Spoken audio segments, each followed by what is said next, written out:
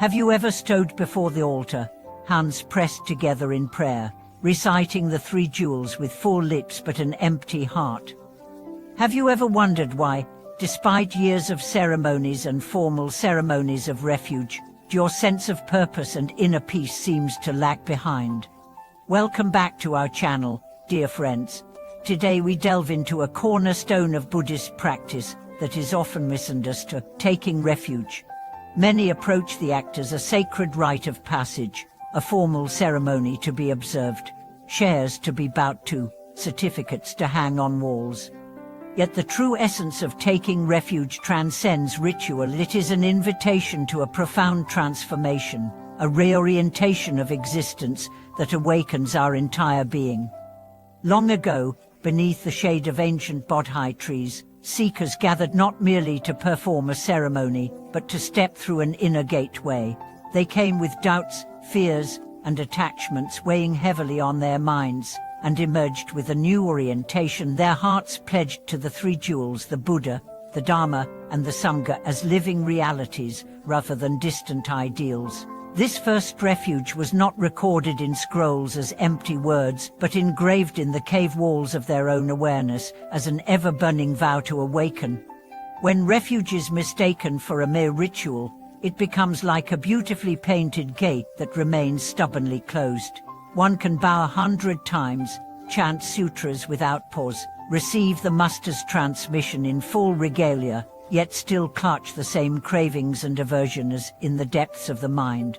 I once met a devout practitioner who had taken refuge ceremonial in youth and again in middle age, each time surrounded by singing bowls and saffron robes, yet she confessed that her heart felt untouched. "I have the plaques on my wall," she said with a sigh, "but where is the refuge in my everyday life?" The turning point came when she was invited to study the simple admonition the Buddha gave to novices: "In every circumstance, think of me as your teacher. In every difficulty, look to the Dharma as your guide. In every doubt, call on the Sangha as your companion." This instruction was not delivered in a grand hall, but whispered at the end of a humble gathering. It revealed that refuge is an ongoing relationship, not a single event. When she began to carry this triad of support into her waking moments, seeing her teacher's compassion in the kindness of strangers, hearing the Dharma in the silence of her breath, sensing the Sangha in the pulse of shared humanity, she discovered that the ceremony of refuge had been merely the outer shell of a living practice she was now invited to inhabit. To understand why taking refuge awakens life itself, consider the mirror of the mind. In ordinary existence, we see ourselves reflected in shifting images: successes that inflate the ego, failures that deflate it, roles that define us, labels that confine us. We grasp and reject, believing that identity and circumstance are fixed. Taking refuge shatters this mirror.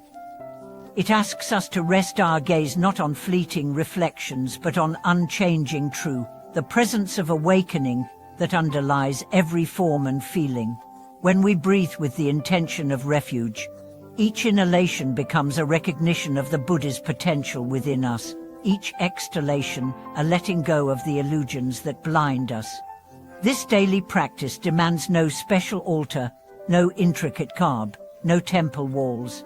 It can occur in the simplest actions: preparing a meal with the prayer that all who eat may find liberation, walking through a crowded street with the vow to hold all beings as kin, facing adversity with the resolve to let the Dharma illuminate each shadow. In these moments, the ceremony of refuge dissolves into living practice, and life itself becomes an altar where every gesture and thought is charged with meaning. When hardship strikes, loss of job, illness, betrayal, the utter symbols of refuge may seem powerless, yet those who have truly awakened to refuge find in that crisis the very fuel for their practice. A friend of mine, after being laid off unexpectedly, initially sank into despair. He realized afterward that he had always taken refuge as a formality, reciting the words but never embodying them. It was only when she faced the uncertainty head-on, breathing his promise to the three jewels into each uneasy moment, that he discovered refuge as an anchor, not an ornament. His daily meditation became a dialogue with loss, each breath an affirmation that Buddha nature transcends every external condition. This awakening unfolds gradually, often beneath the threshold of grand realization. As it begins with a subtle shift of priority, from seeking refuge only on retreat or in ceremony, to seeking refuge every time the mind wanders into fear or longing. With patient practice, this shift grows stronger until refuge becomes the habitual response to life's ebbs and flows.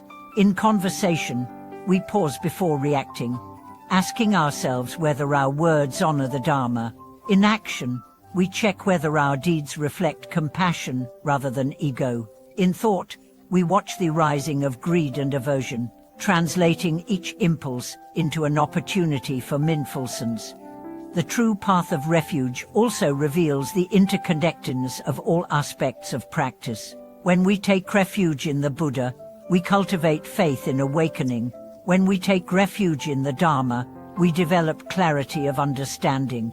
When we take refuge in the Sangha, we strengthen our courage through communal support. These three supports weave together like the threads of a single tapestry, each reinforcing the others. Neglect any one of them, and the fabric of refuge unravels. Perhaps the most poignant lesson of refuge rises at the edge of life and death. In ancient monasteries, monks would recite their refuge vows by the dying fire, aware that their condition was as fleeting as embers. They did not cling to virtuous deeds as insurance, nor fret over past shortcomings. Instead, they lay bare their hearts, entrusting every breath to the three jewels. In this crucible of impermanence, refuge shines forth as the light that outlasts every flicker. As we reflect on our own practice, let us ask, have we taken refuge as a one-time ceremony, or as a living current that flows through every moment? Do we recognize the Buddha's guidance in the kindness we receive, the Dharma's truth in the silence between thoughts, the Santa's strength in the simple act of breathing together? When we align each choice with that vow, we awaken the ritual into reality, the ceremony into our very way of being. In the chapters ahead, we will explore stories of practitioners who, upon making this shift, found their lives transformed in unexpected ways. A businesswoman who discovered refuge in board meetings, a caregiver who found sanctuary in exhaustion, a student who turned academic stress into mindful inquiry. Each narrative will illustrate how refuge, far from being a decorative rite, becomes the heartbeat of every action, thought, and emotion. Thank you for watching this video.